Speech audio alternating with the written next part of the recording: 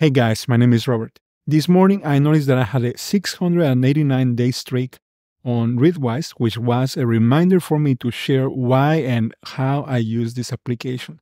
I have also wanted to share a bit more about how my knowledge system has evolved over time with the use of note taking, so I'll take the chance for that. This video is not sponsored by Readwise. Up until now, I have been a paying user, and I just think this app and my system is something that may be helpful to a lot of you. Now, I have been interested in knowledge management and building a second brain idea for years already. This is all about having a system for consuming and organizing any kind of information, preventing it from either being wasted or lost.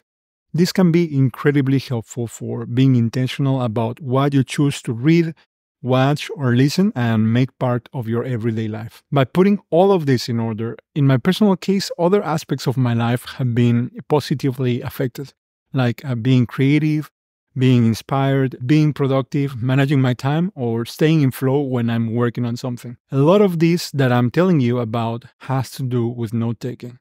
I have a few videos on my channel on how I use Bear for this, but there's one thing that I have to say here.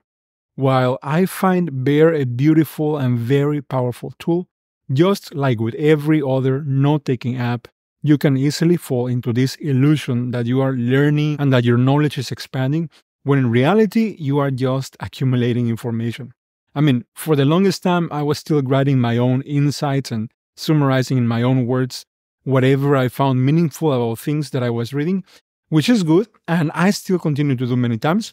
But these notes would often just stay there in the past as part of this big pile of notes. Well, that is until I started using Readwise. Readwise is what you would call a highlights manager. By highlights, I mean text that you take the time to underline or mark up whenever you are reading something.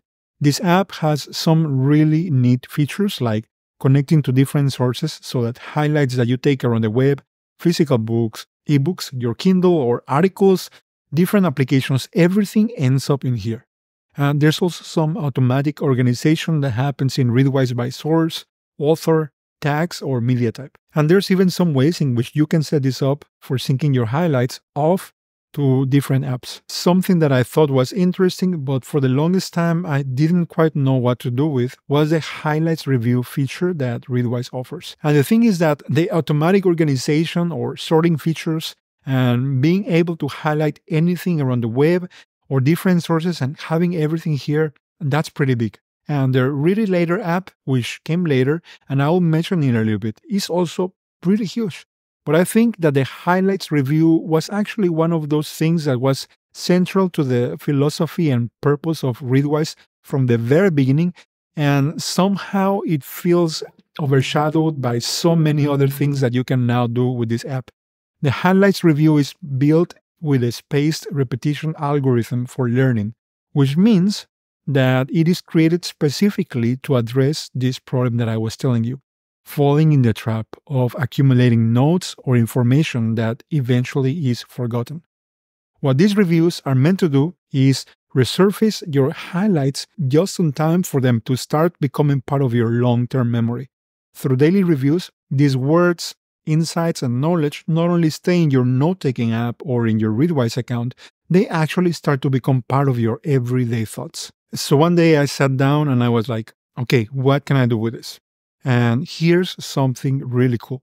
I discovered that not only you can customize or prioritize the kind of content or amount of highlights that you want in your daily reviews, but also that once you are in there, you can process highlights at an individual level by editing them, formatting them, tagging them, or even writing personal notes and comments.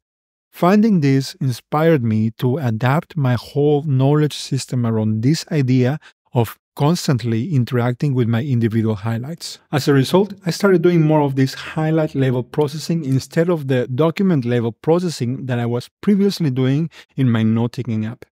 And I will get to Bear, hang in there with me. But for now, let me tell you about my workflow within Readwise. For the sake of simplicity and to give you something easy to remember, let's call this IDEA, which stands for Ingest, Distill, Edit, and Assess.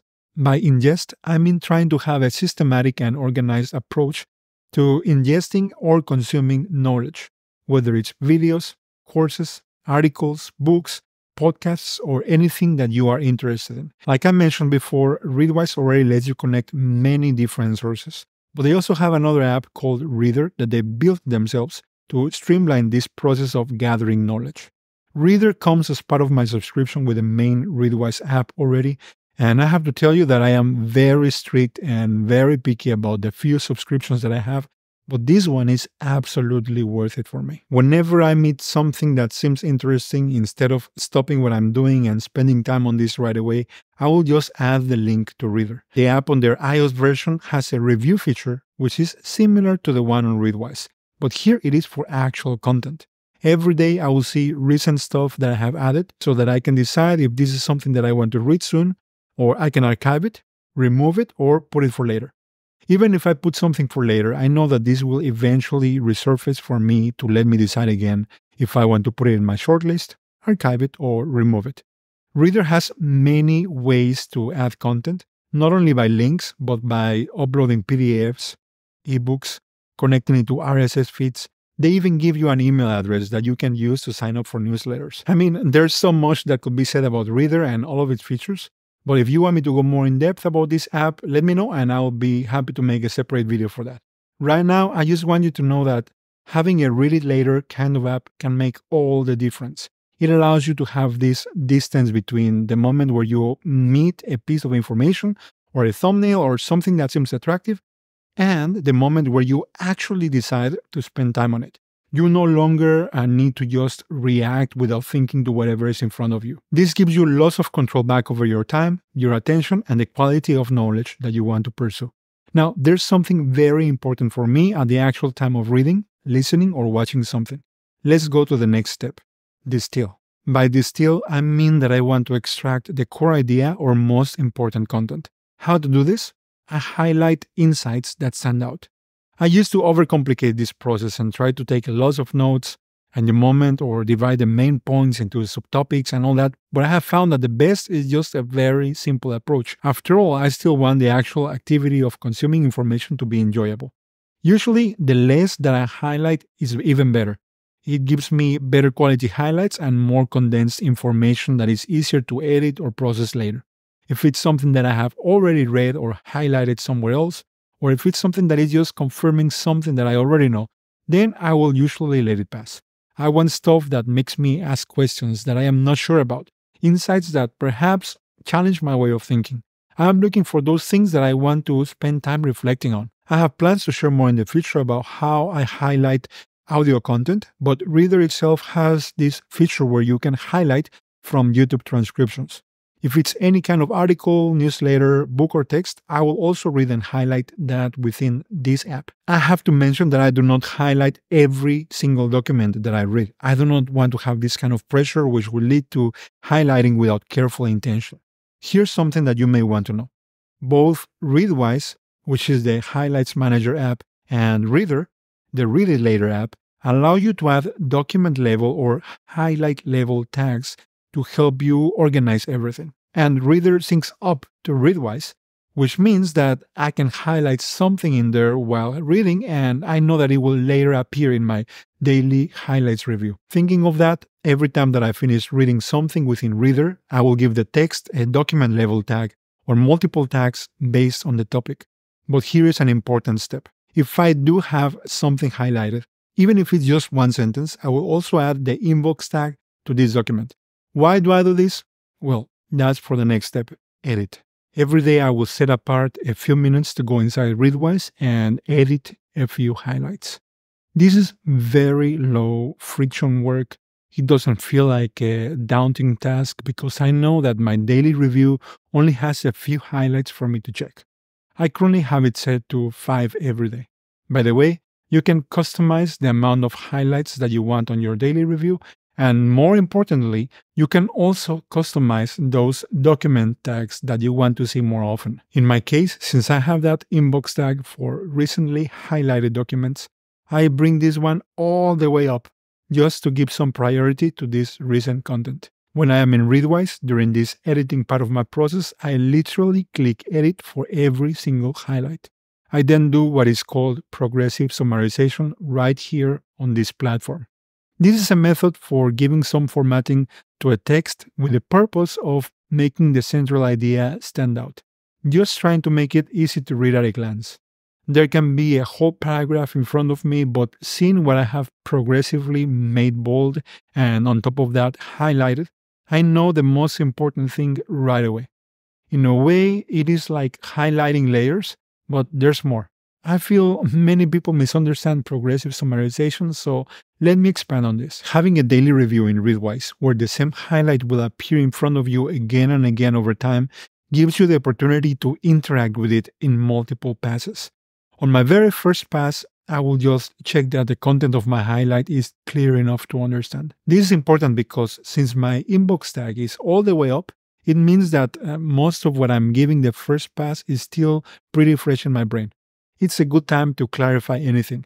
Maybe I cut off a sentence when highlighting. Maybe I can remove some stuff in the middle and make the idea feel more cohesive.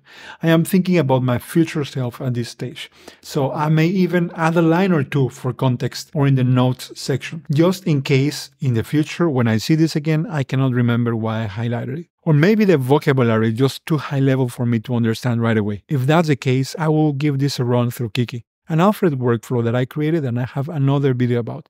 But this is just using ChatGPT to simplify the content of my highlight and make it easier for me to understand.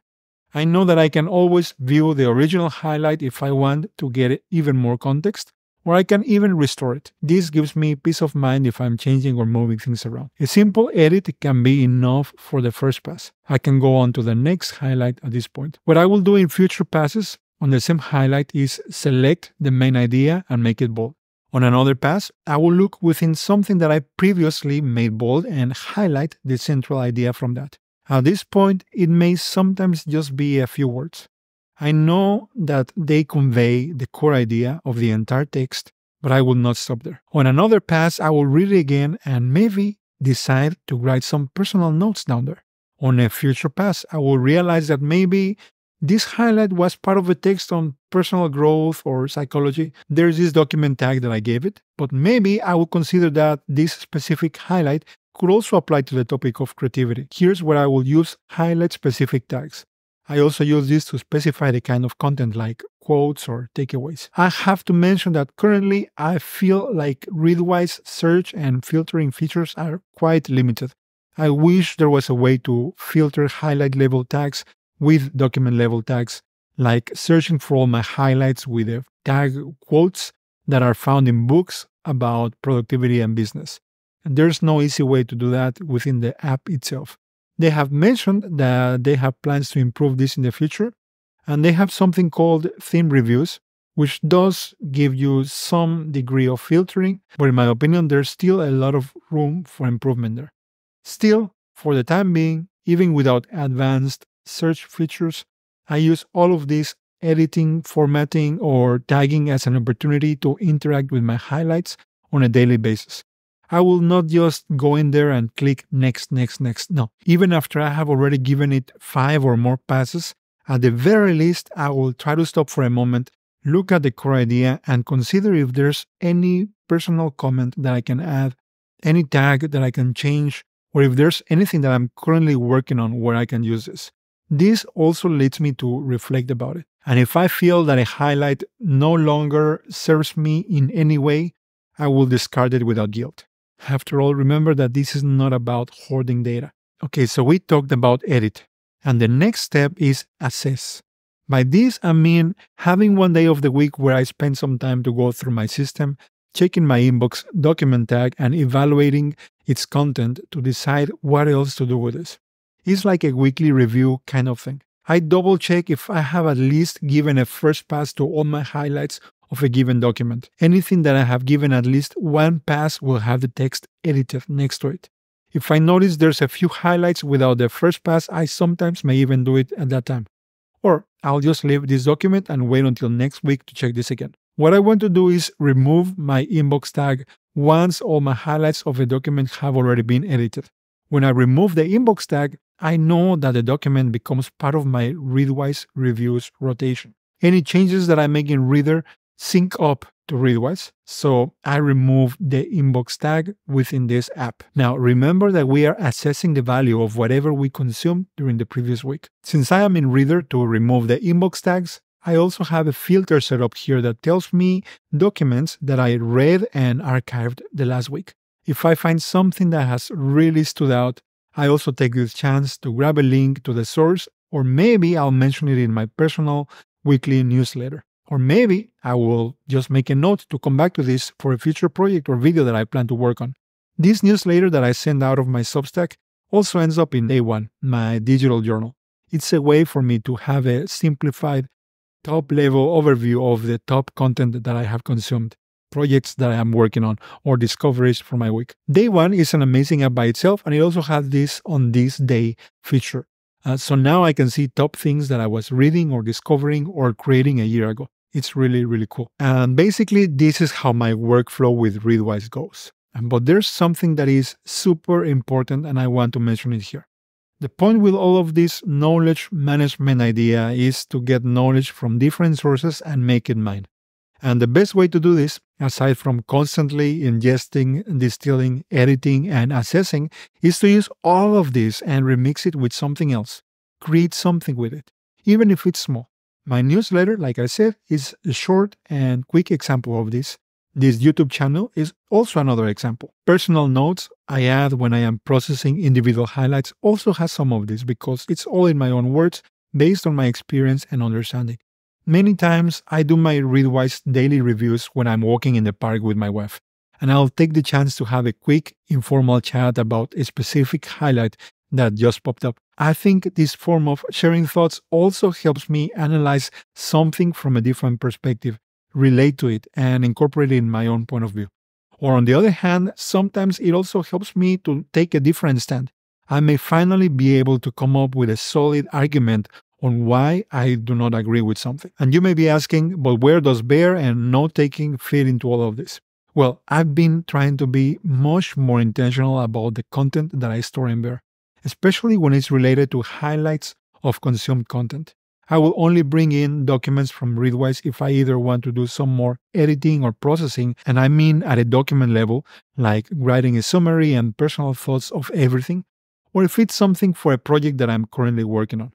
If that's the case, I have created a shortcut that integrates with Readwise API, so I can be on the website with the document in front of me and I trigger my shortcut. I am asked for a title for the note, and after that, I am presented with a list of existing tags under my projects or resources. The created note in Bear includes links in Markdown to directly open specific highlights in the original source or Readwise for further editing. I can always click this link and it will update my note with any changes that I have done on Readwise. In Bear, with these notes, I limit myself to only add personal insights in the top header. Of course, I may also take some of these highlights and copy-paste them in a different note if I am working on a longer piece at the moment. I will try to make a shorter video or write an article sharing about this shortcut and explaining how to set it up in case you also use Bear. I have integrated this workflow into my everyday routine, and by sharing this, I am hoping that it can help you find what works best for your case. Like I said before, I think there's still a lot of things that could be improved with Readwise. I feel like most of their attention right now is on the Read It Later app, which is also really amazing. But this area of highlight management has not received any new features in the longest time. They do continue to add sources for synchronization, but at the very least, I really wish I had some of those advanced search parameters I was telling you about and a two-way sync between Reader and Readwise.